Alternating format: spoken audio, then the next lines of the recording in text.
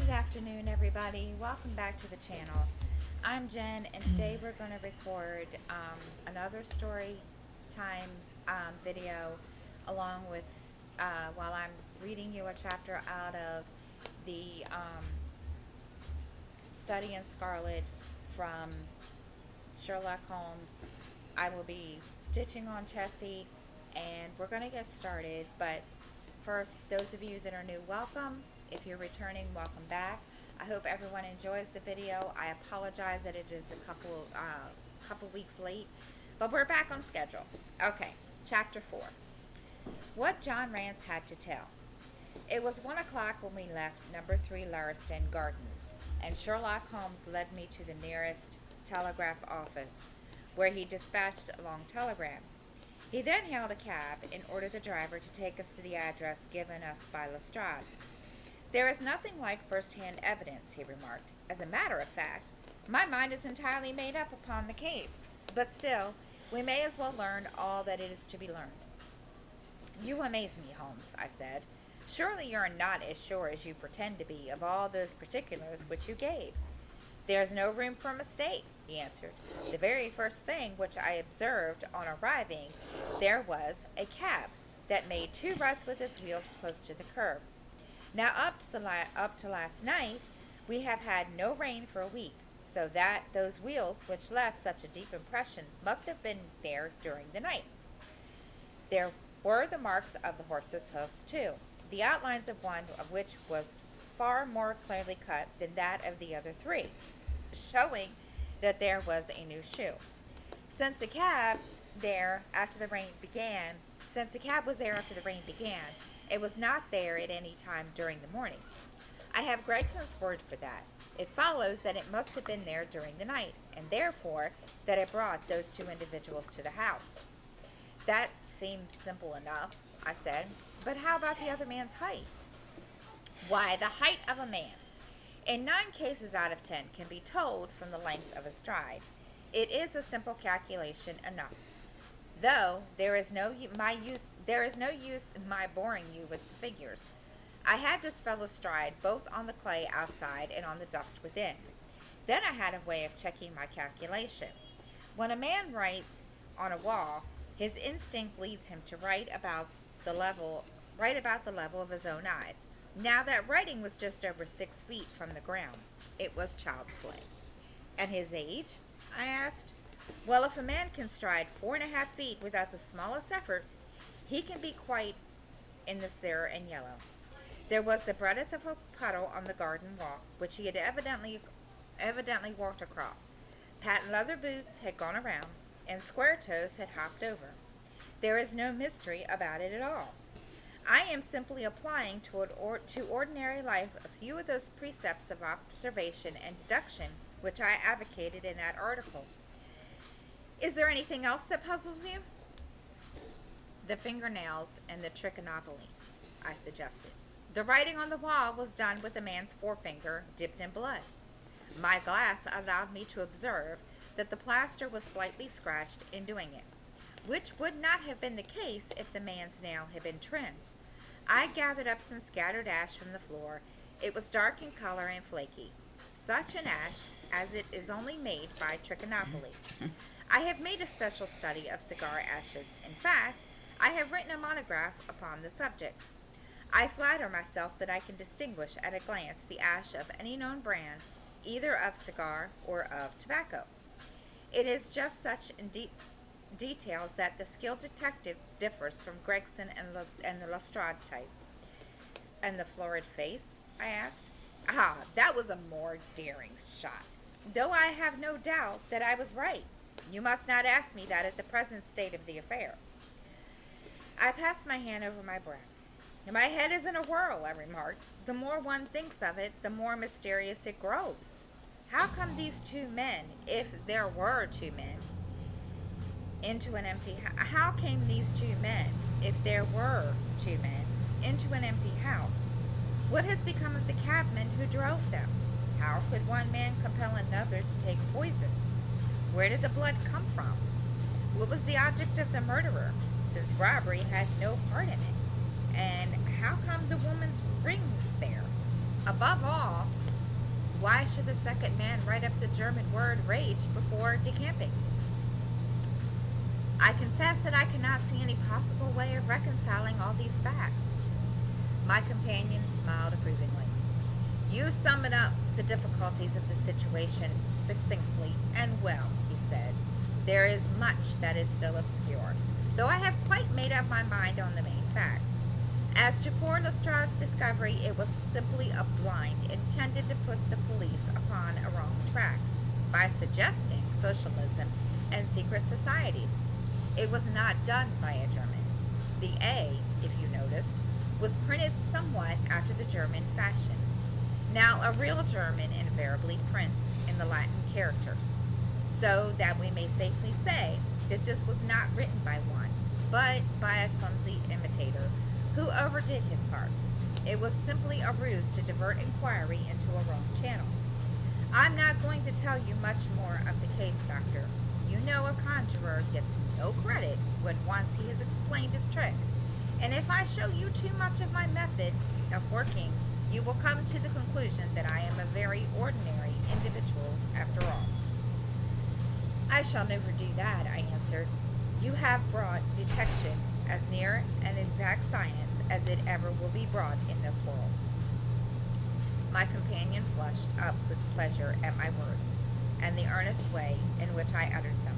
I had already observed that he was as sensitive to flattery on the score of his art as any girl could be of her beauty.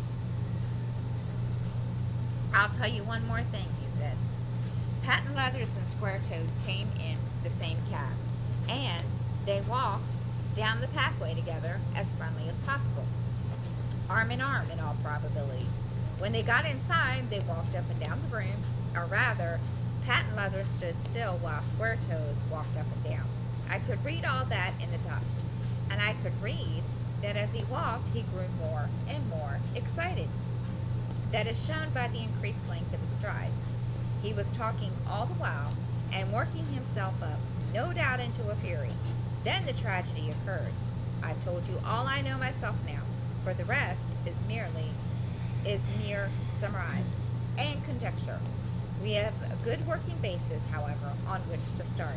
We must hurry up, for I want to go to Hale's concert to hear Norman Nerda this afternoon. This conversation had occurred while our cab had been threading its way through a long succession of dingy streets and dreary byways. In the dingiest and dreariest of them all, our driver suddenly came to a halt. That's Audley Court in there, he said, pointing to a narrow slit in the line of dead-colored brick. You'll find me here when you come back. Audley Court was not an attractive locality. The narrow passage led us into a quadrangle paved with flags and lined by sword-deep dwellings. We picked our way among the dirty children and through lines of discolored linen until we came to number 46, the door of which was decorated with a small slip of brass on it, which the name Rance was engraved. On inquiry, we found that the constable was in bed, and we were shown into a little front parlor to await his coming. He appeared presently, looking a little irritable at being disturbed in his slumbers. I made my report at the office, he said. Holmes took a half-sovereign from his pocket and played with it pensively. We thought that we should like to hear it all from your own lips, he said. I shall be most happy to tell you anything I can, the constable answered with his eyes upon the little golden disc. Just let us hear it all in your own way as it occurred. Rance sat down on the horsehair sofa and knitted his brows as though determined not to omit anything in his narrative. I'll tell it you from the beginning, he said. My time is from 10 at night to 6 in the morning. At 11 there was a fight in the White Hart, but bar that all was quiet enough on the beat. At 1 o'clock it began to rain, and I met Harry Murcher, him who was the Holland Grove beat, and we stood together at the corner of Henrietta Street talking. Presently, maybe about 2 or a little after, I thought I would take a look around and see that all was right down the Brixton Road. It was precious dirty and lonely. Not a soul did I meet all the way down, though a cab or two went past me. I was a strolling down thinking between ourselves how uncommon handy a 4-gin hot would be, when suddenly the glint of a light caught my eye in the window of that same house. Now I knew that them two houses in Lariston Gardens was empty on account of him that owns them, who won't have the drains seen to, though the very last tenant that tenant what lived in one of them died of typhoid fever. I was knocked all in all a heap, therefore, at seeing the light in the window, and I suspected that something was wrong when I got to the door. You stopped, and then walked back to the garden gate, my companion interrupted. What did you do that for? Rance gave a violent jump and stared at Sherlock Holmes with the utmost amazement upon his features. Why, that's true, sir, he said, though how you come to know it, heaven only knows. You see, when I got up to the door, it was so still and so lonesome that I thought I'd be none the worse for someone with me. I ain't afraid of anything on this side of the grave. But I thought that maybe it was him that died of the typhoid, inspecting the drains, what killed him. The thought gave me a kind of turn, and I walked back to the gate to see if I could see Murcher's lantern. But there wasn't no sign of him, nor of anyone else. There was no one in the street? Not a living soul, sir. Not as much as a dog. Then I pulled myself together and went back and pushed the door open. All was quiet inside. So I went into the room where the light was a-burning. There was a candle flickering on the mantelpiece, a red wax one, and by its light I saw. Yes, I know all that you saw. You walked around the room several times, and you knelt down by the body. Then you walked through and tried the kitchen door. And then? John Rance sprang to his feet with a frightened face and suspicion in his eyes. Where was you hid to see all that? He cried. It seems to me that you know a deal more than you should. Holmes laughed and threw his card across the table to the constable. Don't get arresting me for the murder, he said. I'm the one of the hounds, that not the wolf. Mr. Gregson or Mr. Lestrade will answer for that. Go on, though. What did you do next? Rance resumed his seat without, however, losing his mystified expression. I went back to the gate and sounded my whistle. That brought Murcher and two more to the spot. Was the street empty then? Well, it was as far as anybody that could be of any good goes. What do you mean? The constable's features broadened into a grin. I've seen many a drunk chap in my time, he said, but never anyone so crying drunk as that cove. He was at the gate when I came out, a-leaning up against the rails and singing at the pitch of his lungs about Columbine's newfangled banner or some such stuff. He couldn't stand, far less help. What sort of man was he? Asked Sherlock Holmes. John Rance appeared to be somewhat irritated at this digression. He was an uncommon drunk sort of man, he said. He had have found himself in the station if we hadn't have been so took up. His face, his dress, didn't you notice them? Holmes broke in impatiently. I should think I did notice them, seeing that I had to prop him up. Me and Murcher between us. He was a long chap with a red face, the lower part muffled round. That'll do, cried Holmes. What became of him? We'd enough to do without looking after him, the policeman said in a grieved voice. I'll wager he found his way home, all right. How was he dressed? A brown overcoat. Had he a whip in his hand? A whip? No. He must have left it behind, muttered my companion. You didn't happen to see or hear a cab after that? No. There's a half-sovereign for you, my companion said, standing up, taking his hat. I'm afraid, Rance, that you will never rise in the force. That head of yours should be for use as well as ornament. You might have gained your sergeant's stripes last night. The man whom you held in your hands is the man who holds the clue of this mystery, and whom we are seeking. There is no use of arguing about it. I will tell you that it is so. Come along, Doctor. We started off for the cab together, leaving our informant incredulous, but obviously uncomfortable. The blundering fool, Holmes said bitterly, as we drove back to our lodgings. Just to think of his having such an incomparable bit of good luck and not taking advantage of it. I'm rather in the dark still. Is it true that the description of this man tallies with your idea of the second party in this mystery? But why should he come back to the house after leaving it? That is not the way of criminals. The ring, man, the ring. That was what he came back for. If we have no other way of catching him, we can always bait our line with the ring. I shall have him, doctor. I'll lay you 2 to 1 that I have him. I must thank you for it all. I must not have gone but for you. So have missed the finest study I've ever come across. A study in scarlet. Why shouldn't we use a little art jargon? There's the scarlet thread of murder running through the colorist skein of life, and our duty is to unravel it, and isolate it, and expose every inch of it. And now for lunch. Then for Norman Nerda. Her attack and her bowing are splendid. What's that little thing of Chopin's she plays so magnificently? Tra la la la lira lira lay. Laying back in the cab, this amateur bloodhound caroled away like a lark while I meditated upon the many-sidedness of the human mind. Chapter 5. Our advertisement brings a visitor. Our morning's exertions had been too much for my weak health, and I was tired out in the afternoon. After Holmes's departure for the concert, I lay down upon the sofa and endeavored to get a couple of hours' sleep. It was a useless attempt. My mind had been too much excited by all that had occurred, and the strangest fancies and surmises crowded into it.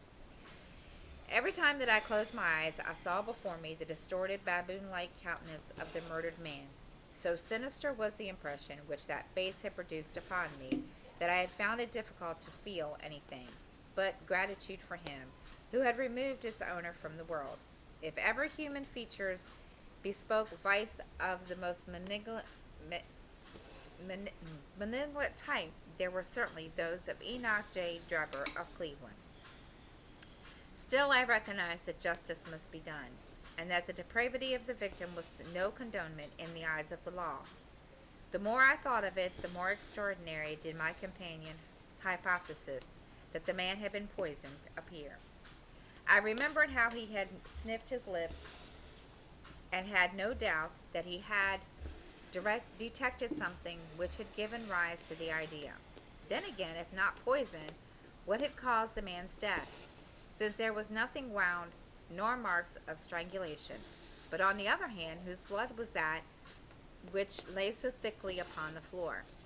There were no signs of struggle, nor had the victim any weapon with which he might have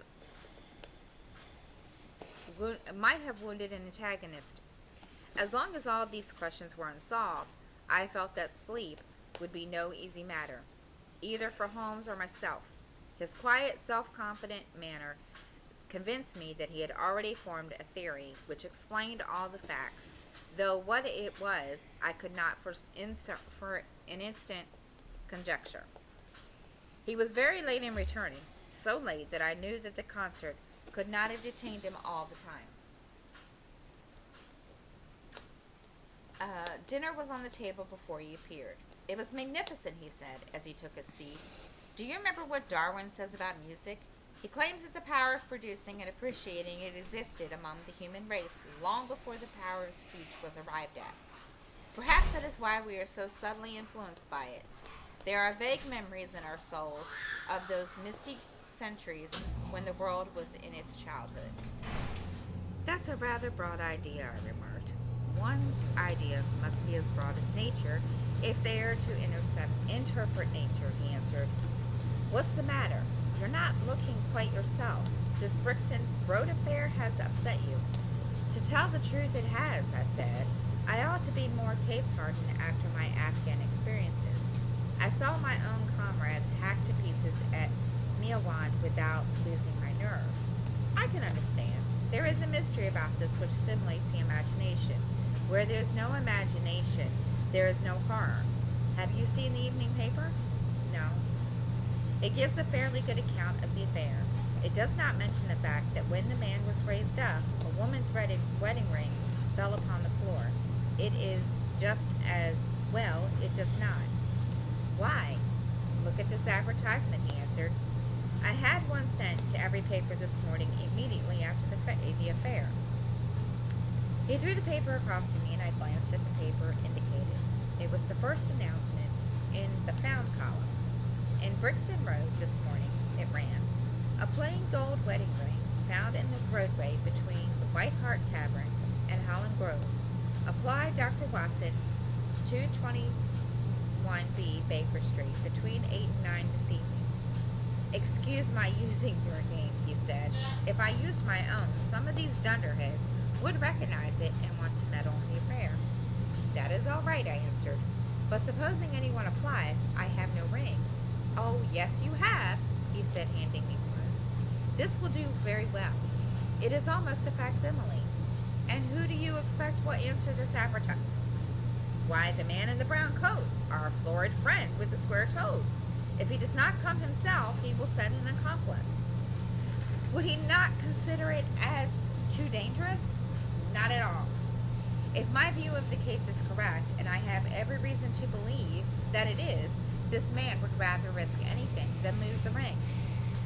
According to my notion, he dropped it while stooping over Dover's body and did not miss it at the time. After leaving the house, he discovered his loss and hurried back, but found the police already in possession, owing to his own folly in leaving the candle burning. He had to pretend to be drunk in order to allay the suspicion, which might have been aroused by his appearance at the gate. Now put yourself in that man's place. On thinking the matter over, it must have occurred to him that it was possible that he had lost the ring in the road after leaving the house. What would he do then? He would eagerly look out for the evening papers in the hope of seeing it among the articles found. His eye, of course, would light upon this. He would be overjoyed. Why should he fear a trap? There would be no reason in his eyes why the founding of the ring should not be connected with the murder. He would come. He will come. You will see him within an hour. And then? I asked. Oh, you can leave me to deal with him then. Have you any arms? I have my old service revolver and a few cartridges. You better clean it and load it. He'll be a desperate man. And though I shall take him unawares, it is as well to be ready for anything. I went to my bedroom and followed his advice. When I returned with the pistol, the table had been cleared, and Holmes was engaged in his favorite occupation of scrapping upon his violin. The plot thickens, he said, as I entered. I have just had my answer to my American telegram. My view of the case is the correct one. And that is, I asked eagerly. My fiddle would be the better for new strings, he remarked. Put your pistol in your pocket. When the fellow comes, speak to him in an ordinary way. Leave the rest to me. Do not frighten him by looking at him too hard. It is 8 o'clock now, I said, glancing at my watch. Yes, and he will probably be here in a few minutes. Open the door slightly. That will do. Now put the key on the inside. Thank you. This is a queer old book I picked up at a stall yesterday. De jure intor grantis, published in Latin at Liege in the Lowlands in 1642. Charles's head was still firm on his shoulders when the little brown wax volume was struck off. Who's the printer? Philippe de Croix, whoever he may have been. On the flyleaf in very faded ink is written, Ex Libris Guillaume White. I wonder who William White was. Some pragmatical